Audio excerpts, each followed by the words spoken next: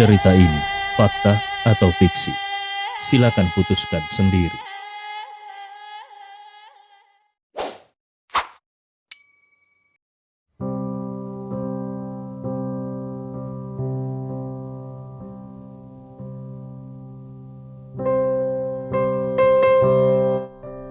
Bab 91. Pada saat ini, seluruh aula terdiam dan jatuh ke dalam keheningan yang mematikan. Mata semua orang terfokus pada Gustav dan Liu Weicheng. Mereka semua menatap dengan terkejut. Wajah Liu Weicheng sudah tidak bisa dikenali. Seluruh mulutnya hancur dan hampir terdistorsi. Setidaknya ini adalah Hotel Millennium. Membuat masalah seperti itu bukankah sama artinya dengan mencari kematian? Bukan hanya itu, bahkan kabarnya bahwa keluarga yang ada di balik pelelangan ini adalah eksistensi yang harus dikagumi semua orang di kota Agoru. Apakah anak yang satu ini sama sekali tidak memiliki rasa takut sehingga berani membuat keriuhan seperti ini? Otak Lu Xiu dan yang lainnya menjadi kosong. Mereka bahkan mengulurkan tangan untuk menutupi mulut mereka, karena mereka takut kalau mereka akan berteriak. Ini gila, benar-benar gila. Di dalam hati mereka, Lu Xiu tidak bisa tidak bersyukur karena tadi dia tidak terlalu banyak berbicara. Kalau tidak, dia khawatir dia akan bernasib sama dengan Liu Weicheng. Tindakan Gustav ini terlalu brutal. Setelah beberapa saat, pasukan keamanan hotel mendengar adanya keributan dan mereka semua bergegas datang. Totalnya ada 11 orang petugas keamanan hotel dan banyak di antaranya adalah seniman bela diri kuno. Hanya saja level mereka tidak tinggi. Salah seorang penjaga keamanan yang bermata tajam menghentikan Gustav. "Berhenti. Lepaskan Tuan Muda Liu dan berjongkoklah dengan tangan di atas kepalamu. Kalau tidak, kau akan menanggung konsekuensinya." Gustav bahkan tidak punya niat untuk memperhatikan penjaga keamanan tersebut. Matanya masih tertuju pada tubuh Liu Weicheng dan dia mencibir. "Kau bilang kalau aku ini anak kurang ajar?" Liu Weicheng menggeleng dengan keras. Kesadarannya yang bingung bercampur dengan suara memohon belas kasihan. Aku salah. Seharusnya aku tidak mengatakan hal-hal seperti itu. Maafkan aku, Tuan Muda." Liu Weicheng benar-benar panik. Sejak dia masih kecil, dia tidak pernah dipukuli seperti ini. Untuk sesaat, dia bahkan merasa kalau Gustav ini berani membunuhnya di depan begitu banyak orang. Namun Gustav tidak ingin mengotori tangannya karena sampah semacam Liu Weicheng. Jadi dia berdiri dan melepaskan cengkraman tangannya. Kemudian dia mengeluarkan tisu basah dari meja di samping dan menyekanya dengan lembut. Penjaga keamanan tadi mengulangi instruksinya. "Wah, apakah kau tidak mau mendengarku? Kami sudah memanggil polisi. Berjongkoklah sambil memegang tanganmu di atas kepala. Kalau tidak, kau sendiri yang akan menanggung konsekuensinya." Penjaga keamanan itu menyadari keseriusan masalah ini. Bagaimanapun juga, Tuan Muda dari keluarga Liu dipukuli di Hotel Millennium. Ini bisa membuat Hotel Millennium tidak bisa beroperasi dengan baik nantinya. Namun Gustav hanya mengambil segelas anggur merah untuk dirinya sendiri, lalu dia pergi ke sofa dan duduk sambil memunggungi yang lainnya. Dia menggoyangkan gelas anggurnya dengan lembut. Gustav bersikap seolah-olah tidak terjadi apapun pada saat ini. Semua orang yang hadir kembali tercengang. Padahal tadinya mereka sudah menebak-nebak tindakan Gustav sebelumnya. Mereka berpikir kalau setidaknya Gustav pasti akan melarikan diri, atau menyerahkan diri, atau menyesali tindakannya tadi. Tetapi mereka sama sekali tidak pernah membayangkan kalau Gustav akan duduk dengan tenang di sofa sambil minum anggur. Apakah anak ini bodoh? Atau apakah dia memiliki latar belakang yang bagus? Lu Xiyu berpikir keras, dan dia samar-samar ingat kalau Zhu Xishuan memanggil Gustav dengan panggilan Tuan Ye. Tapi sepertinya tidak ada keluarga yang bermarga Ye di kota Agoru, dan juga tidak ada keluarga kaya yang bernama Ye. Sejak keluarga Ye dimusnahkan 5 tahun yang lalu, seluruh kota Agoru menjadi sensitif terhadap nama keluarga Ye.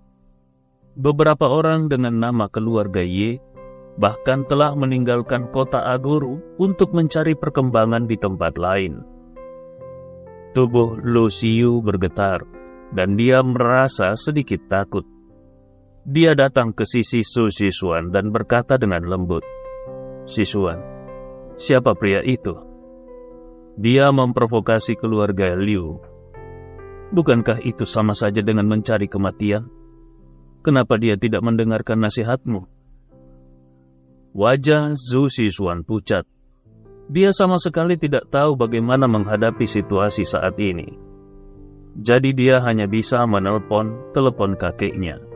Tetapi sayangnya dia sama sekali tidak bisa menghubungi kakeknya. Dalam keputusasaan, dia hanya bisa menelpon ayahnya dan berkata ketika telepon sudah terhubung, "Ayah, sesuatu sudah terjadi. Tuan Ye memukuli Liu Weicheng hingga babak belur di Hotel Millennium. Bisakah kau membantu Tuan Ye untuk berurusan dengan..." Sebelum dia selesai berbicara, sebuah suara acuh tak acuh terdengar. Apakah itu adalah Gustav yang diceritakan oleh kakek? "Xishuan, keluarga Zhu sudah seperti ini sekarang. Bagaimana mungkin kita masih bisa peduli dengan orang lain? Biarkan orang itu mengurus dirinya sendiri. Ingat, jangan ikut campur. Jangan membuat musuh untuk keluarga Zhu." Setelah itu telepon pun ditutup. Zhu Xishuan menggigit bibirnya. Matanya penuh dengan rasa bersalah, dan dia bergumam pelan, "Gustav, keluarga Zhu benar-benar tidak bisa membantumu." Samar-samar Lu Xiyu bisa mendengar sedikit gumaman Zhu Xishuan. Dia menatap Gustav tanpa daya dan bergumam, "Bahkan keluarga Zhu pun menolak untuk bergerak membelamu. Kemarahan keluarga Liu hanya akan membuatmu mati dengan menyedihkan. Tetapi kau masih bisa minum anggur dengan santai? Sayang sekali." Setelah beberapa saat, keributan datang dari kerumunan, dan pasukan keamanan di sekitar Gustav memberi jalan satu demi satu. Mereka melihat seorang pria berusia sekitar 30 tahun perlahan muncul. Pria itu mengenakan setelan jas yang bagus dan mengenakan kacamata berbingkai emas. Wajahnya terlihat dingin dan sedikit kesombongan di matanya. Ketika Lu Xiyu melihat pria ini, dia menghela nafas di dalam hatinya. Pria itu adalah He Zeng. He Zeng adalah bos di belakang layar Hotel Millennium. Kekuatan keluarga He jauh lebih kuat daripada keluarga Liu, karena mereka benar-benar hitam dan putih di kota Agoru. He Zeng mengambil alih bisnis keluarga di usia yang begitu muda. Bisa dibayangkan betapa bagusnya kemampuan He Zeng ini. Kuncinya adalah ibu Liu Weicheng berasal dari keluarga He. Jadi kalau diurutkan secara silsilah, He Zeng adalah sepupu Liu Weicheng. Sudah berakhir. Semuanya sudah berakhir. Tidak hanya Lu Xiyu yang berpikir demikian, tetapi Zhu Xishuan dan semua orang yang hadir juga berpikir demikian. Tatapan mata mereka kepada Gustav menjadi sedikit simpatik. He Zeng memasukkan tangannya ke dalam saku dan suara dingin pun terdengar. Apa yang terjadi? Seorang penjaga keamanan berkata dengan ragu-ragu, "Tuan He, tadi Tuan Muda Liu." Mata He Zeng langsung memperhatikan Liu Weicheng yang berlumuran darah di tanah. Matanya sedikit menyipit dan tinjunya semakin mengepal. Dia bertanya dengan marah, "Siapa yang berani memprovokasi orang-orang dari keluarga Liu di Hotel Millenniumku?" He Zeng melangkah keluar dan langsung membantu Liu Weicheng berdiri.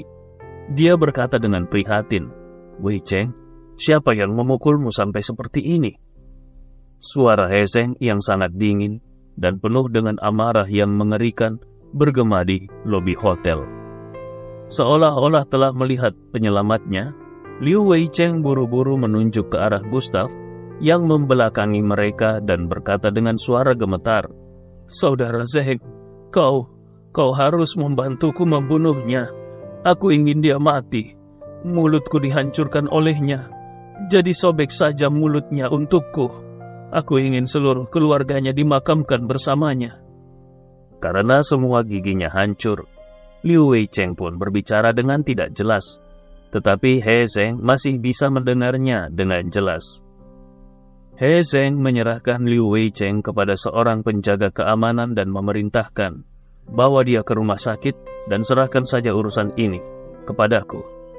Penjaga keamanan baru saja akan membawa Liu Weicheng pergi, tetapi dia langsung didorong oleh Liu Weicheng yang berseru, "Jangan sentuh aku." Liu Weicheng menatap Gustav yang duduk tidak jauh dari tempatnya dengan marah. Dengan matanya sendiri dia ingin melihat Gustav mati. Jadi, dia tidak akan kemana-mana. He Zeng berjalan menuju Gustav dengan tangan yang tetap berada di dalam sakunya. Dia tidak melihat orang seperti apa yang tidak memiliki pikiran panjang, sehingga berani bergerak di wilayahnya. Sementara itu, Zhu Sichuan menggigit bibirnya hingga berdarah. Perkembangan situasinya jauh lebih serius daripada yang dia bayangkan. Sejak tadi dia terus saja menelpon kakeknya dan akhirnya berhasil.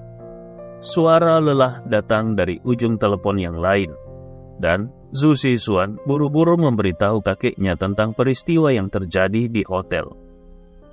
Jawaban kali ini benar-benar berbeda dari ayahnya. Kakeknya berkata dengan keras, "Lindungi Tuan Ye dengan segala cara dan berikan teleponnya kepada He Zeng." Mendengar ini, Zhu Sichuan sangat gembira dan buru-buru menghalangi jalan He Zeng.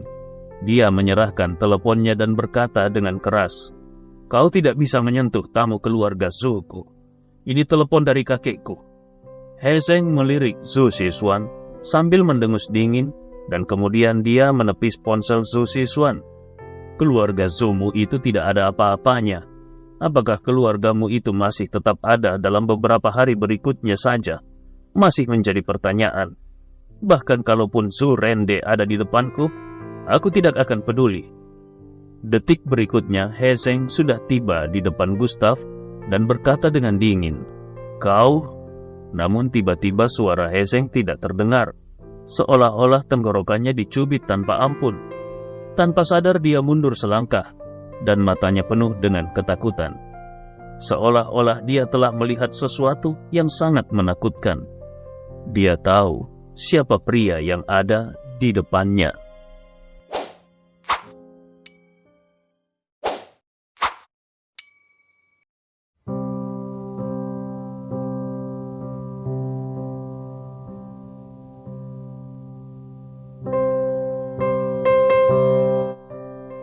Bab 92. Tidak ada yang mengerti gelombang mengejutkan macam apa yang telah muncul di hati He Zeng pada saat ini. Dia menatap pria di depannya dengan ketakutan, dan tubuhnya bahkan sedikit gemetar. Itu karena orang yang ada di depannya ini adalah dewa kemarahan. Kebetulan dulu He Zeng hadir di ruang Imperial Ballroom di Hotel Danau Dongqian. Dia menyaksikan dengan mata kepalanya sendiri saat dewa kemarahan ini melumpuhkan semua pengawal keluarga Chen. Chen Feng bahkan ditampar hingga tidak bisa dikenali. Namun hal itu bukanlah apa yang paling menakutkan dari semuanya. Hal yang paling menakutkan adalah bahkan ketika Chen Zeng, kepala keluarga Chen, datang, Gustav masih berani menyuruhnya untuk berlutut.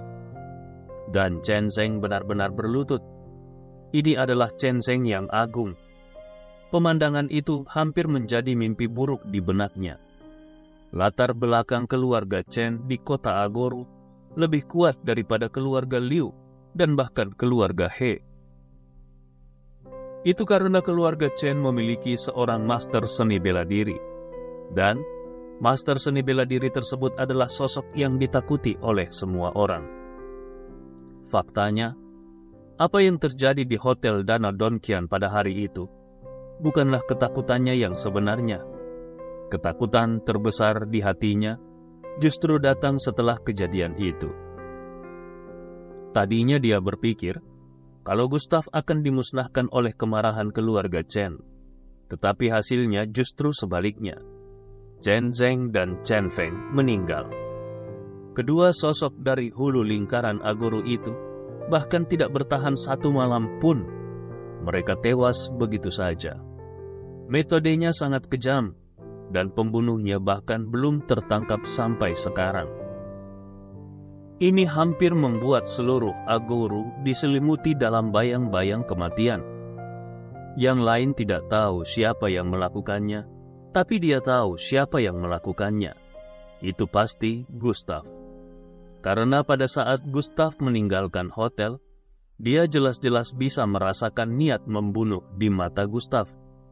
Orang itu bahkan tidak menempatkan keluarga Chen di matanya, apalagi hanya keluarga He.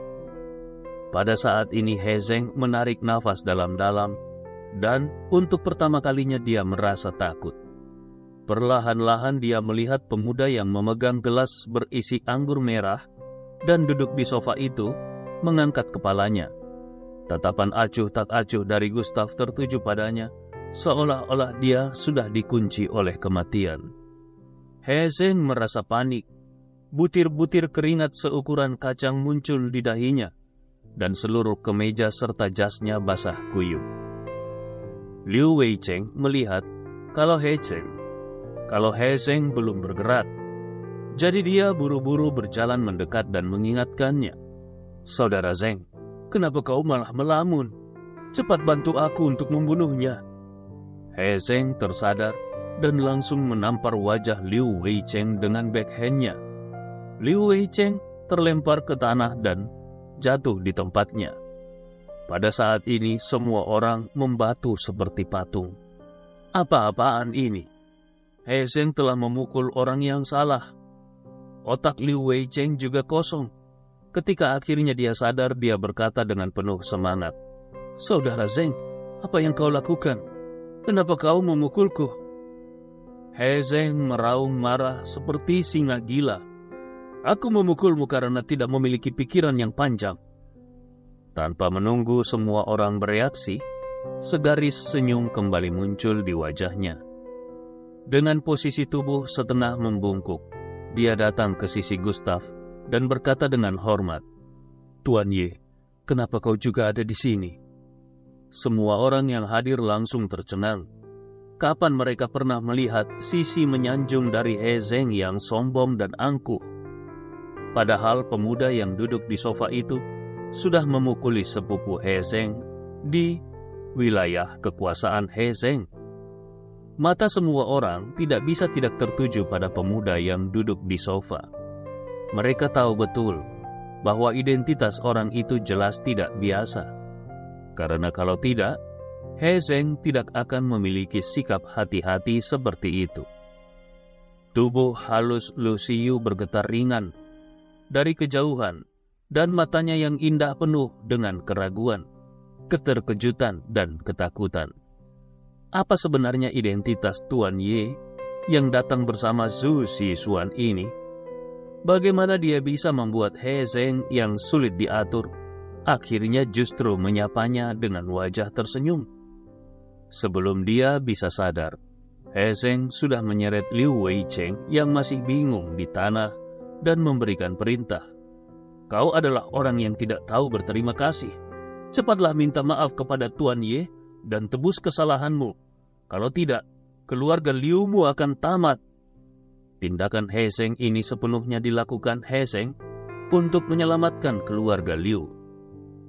Dia yakin kalau Liu Weicheng tidak meminta maaf hari ini, maka keluarga Liu-nya pasti tidak akan bertahan sampai besok pagi. Liu Weicheng menatap He Zheng dengan mata lebar, dan saat dia ingin berbicara, dia memperhatikan ketakutan di mata He Zheng. Ketakutan itu belum pernah dia lihat sebelumnya. Tanpa ragu-ragu, Liu Weicheng buru-buru berlutut di depan Gustav dan berkata dengan suara gemetar, "Tuan Ye, maafkan aku." He Zheng menghela nafas. Dia buru-buru mengeluarkan kartu hitam dari sakunya dan menyerahkannya kepada Gustav sambil tersenyum. "Tuan Ye, sepupuku ini benar-benar tidak berpandangan jauh ke depan. Di masa depan, aku pasti akan bersikap tegas kepadanya. Aku benar-benar tidak boleh mengotori tanganmu kali ini." Namun Gustav hanya menjawab dengan dingin, "Keluar." Dengan satu kata itu, orang lain tidak bisa tidak merasa kalau status pemuda yang duduk di sofa itu tampaknya berada di atas segalanya. Pada saat ini, Gustav tidak ingin menjadi pusat perhatian. Dia bahkan membenci perasaan seperti itu. He Zheng langsung menarik Liu Weicheng keluar dan kemudian memerintahkan penjaga keamanan dan pelayan untuk menjaga ketertiban di sekitarnya. Kerumunan orang itu pun bubar. Untungnya tidak ada terlalu banyak orang di ruang perjamuan. Kalau tidak, dampaknya pasti akan lebih menakutkan. Secara bertahap, pemandangan aneh muncul di seluruh ruang perjamuan. Dengan sofa Gustav sebagai pusatnya, dalam lingkaran 10 meter jauhnya, seluruh kecuali Zhu Xishuan dan Gustav, tidak ada yang berani duduk. Ini seperti aura. Zhu Xishuan menyadari kalau Gustav ini mengerikan. Dia ingin mengatakan sesuatu tetapi dia tetap tidak mengatakannya. Dia tidak tahu kenapa, namun dia merasa kalau cakram kematian keluarga Zhu hanya bisa dihidupkan kembali oleh pemuda yang ada di depannya ini. Tetapi kenapa Gustav membantu keluarga Zhu-nya?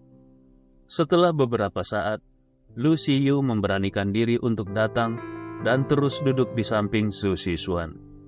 Dia menggigit bibir merahnya dan menatap Gustav di seberangnya sambil berbicara, "Tuan Ye, aku sudah sangat menyinggungmu, jadi aku minta maaf kepadamu." Tetapi Gustav bahkan tidak melihatnya. Wajah Lu Xiyu berubah menjadi sedikit buruk, dan meskipun hatinya sedikit marah, namun dia tidak berani menyerang. Penampilannya bisa masuk peringkat 10 besar di kota Agoru. Pria mana yang tidak sujud karena kecantikannya? Tepat ketika Lu Xiyu marah, sosok yang agak anggun buru-buru berjalan ke sisi ini. Melihat sosok ini, Lu Xiyu tercengang. Itu karena pihak lain? Apakah itu dari segi penampilan, sosok atau temperamen, jauh lebih baik daripada dirinya sendiri? Kuncinya adalah temperamen dingin dan arogan pihak lain terlihat tidak ternoda sama sekali. Dia benar-benar tiba-tiba merasa sedikit malu dan bertanya di dalam hatinya, bagaimana bisa ada keindahan seperti itu di kota Agoru? Sosok bayangan itu datang langsung ke Gustav dan dengan lembut menepuk bahu Gustav sambil bertanya, "Gustav, kenapa kau di sini?" Gustav membuka matanya dan secara alami melihat gadis berpakaian bagus di depannya. Gadis itu adalah Stella Xia. Ada kejutan di matanya. Stella jelas sedang berada dalam suasana hati yang baik ketika dia melihat Gustav. Dia duduk di sebelah Gustav, dan Gustav pun bertanya kepadanya, "Kemana kau pergi pagi-pagi sekali tadi? Aku tidak melihatmu ketika aku bangun." Mereka terlihat dekat satu sama lain. Stella meletakkan salah satu tangannya di bahu Gustav dan berkata dengan santai, "Nona muda sepertiku ini harus selalu menemukan cara untuk menghasilkan uang. Kebetulan, sebelumnya aku baru saja menerima undangan untuk datang ke sini. Jadi, aku pun datang ke sini. Bagaimana denganmu? Bagaimana kau bisa sampai di sini? Jangan bilang kau di sini untuk pelelangan." Mata Gustav sedikit menyipit dan berkata, "Maaf, karena sepertinya aku memang akan mengecewakanmu. Aku benar-benar datang ke sini memang untuk berpartisipasi dalam pelelangan."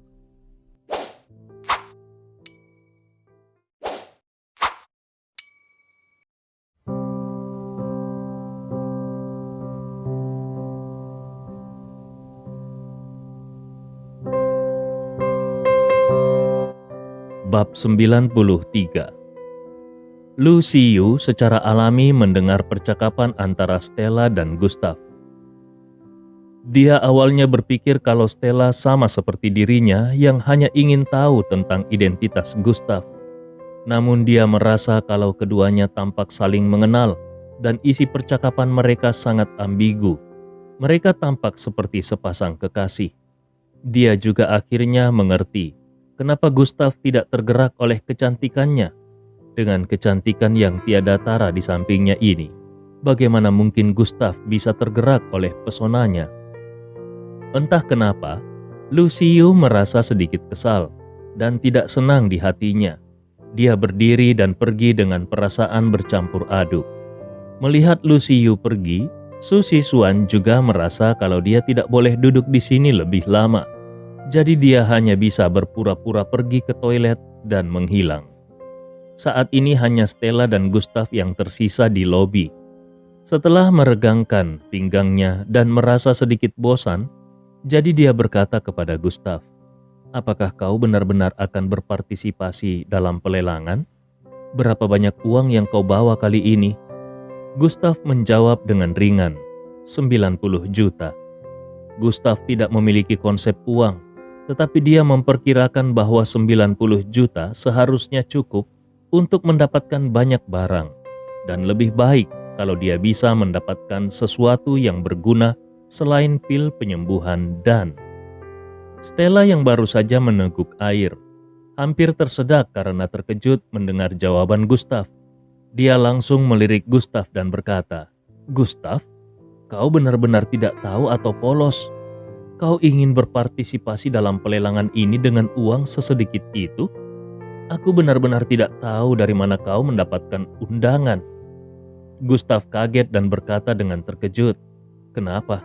Apakah 90 juta itu tidak cukup?" Stella menggelengkan kepalanya tanpa daya, dan pada saat yang sama dia menatap Gustav dalam-dalam dan menemukan kalau ekspresi Gustav tampaknya tidak berpura-pura.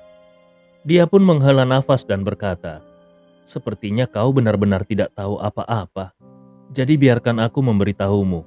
Pertama, pengendali di balik pelelangan ini adalah seseorang yang tidak bisa kau provokasi sama sekali. Kalau kau ingin membuat masalah, kau bisa melakukannya di lantai pertama hotel. Tetapi kalau kau berani membuat masalah di tempat lelang yang ada di atas, kau pasti akan mati."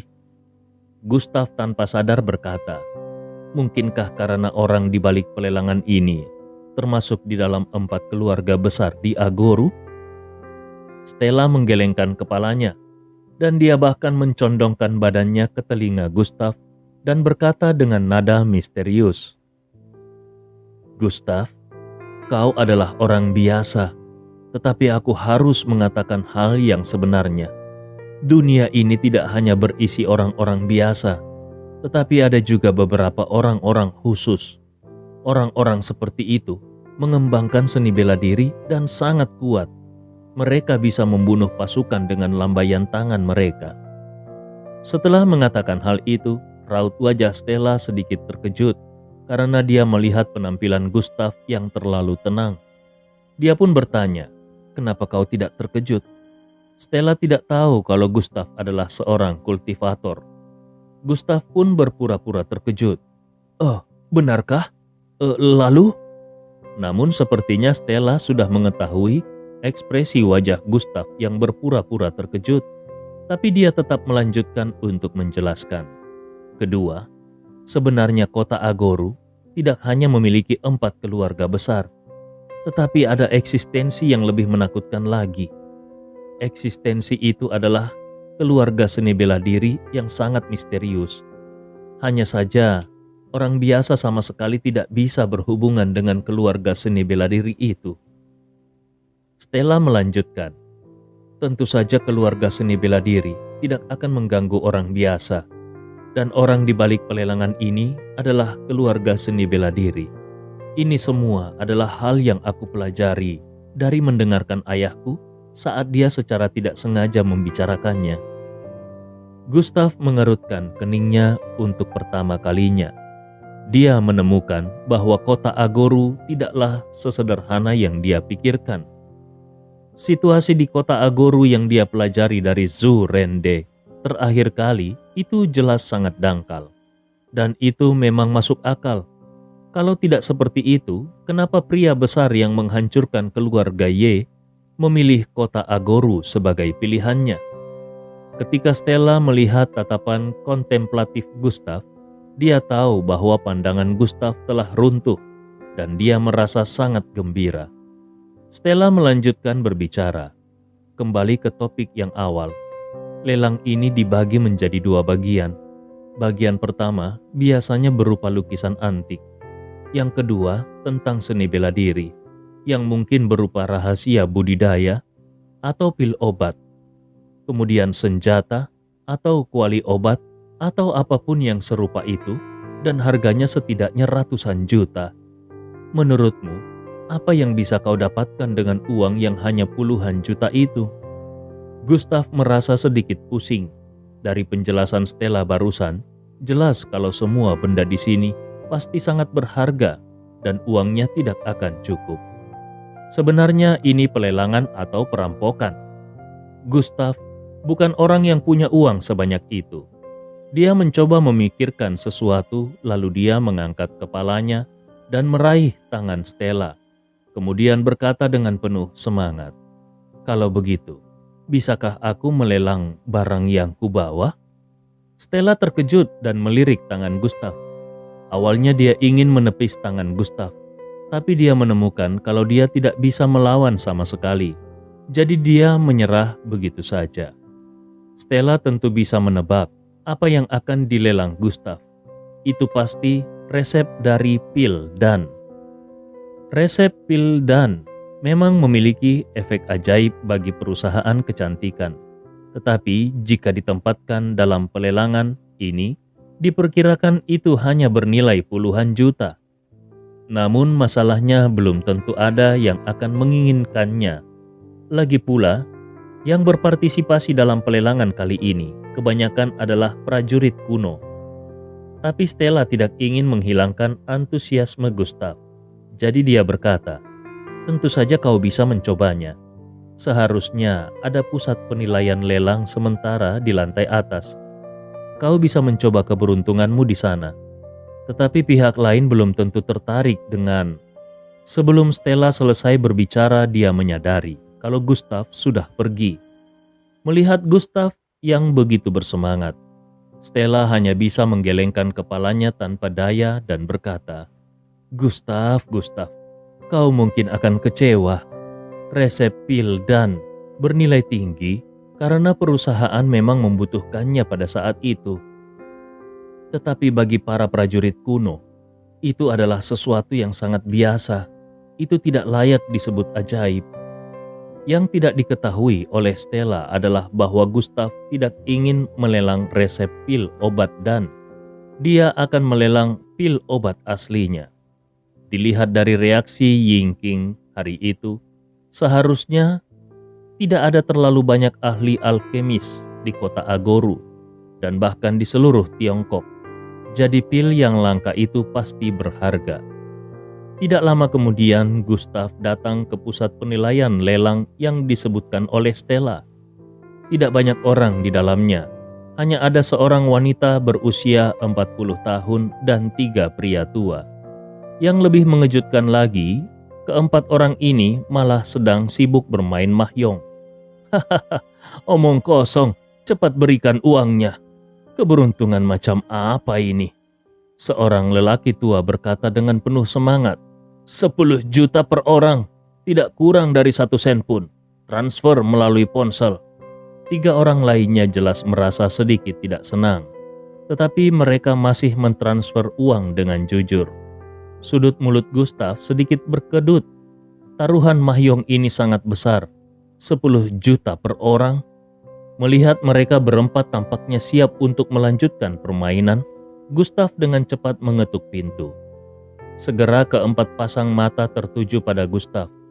Salah seorang wanita berkata, "Anak muda, apa yang kau lakukan? Apakah kau ingin mengidentifikasi barang-barang untuk dilelang?" Gustav mengangguk dan berjalan masuk. Tanpa bertele-tele, dia mengeluarkan pil dari sakunya dan bertanya, "Bisakah benda ini dilelang?" Wanita itu melirik benda yang ada di tangan Gustav dan mendengus dingin. "Apa ini? Apakah ini adalah permen untuk menipu wanita tua sepertiku?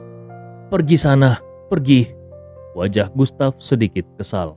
Tepat saat dia akan berbicara, lelaki tua yang baru saja memenangkan uang itu tampaknya telah memperhatikan ramuan yang ada di tangan Gustav. Begitu Gustav didorong keluar oleh wanita tua itu, dia langsung menarik wanita itu ke samping hingga wanita itu hampir jatuh ke lantai. Wanita itu bertanya, "Tuan Wu, apa yang kau lakukan?" Tuan Wu melihat pil obat yang ada di tangan Gustav. Nafasnya sedikit tersengal dan dia menggosok tangannya sambil berkata, "Anak muda, bisakah kau menunjukkan pil itu padaku?" Gustav mengangguk dan memberikan pil itu ke tangan Tuan Wu. Tuan Wu mengambil pil obat itu dan mengendus sedikit di ujung hidungnya.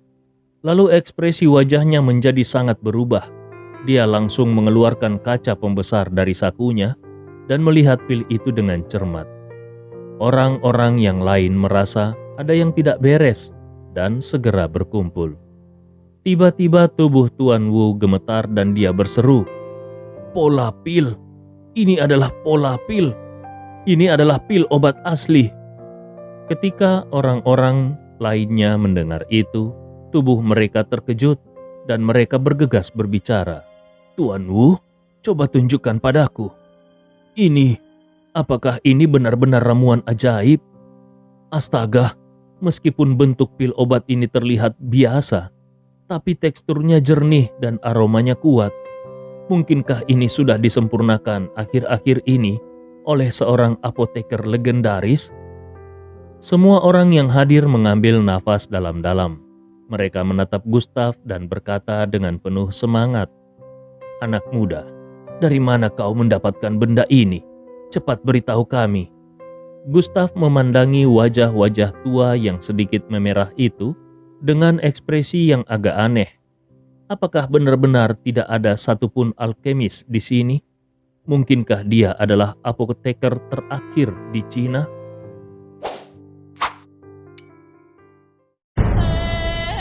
Cerita ini fakta atau fiksi? Silakan putuskan sendiri.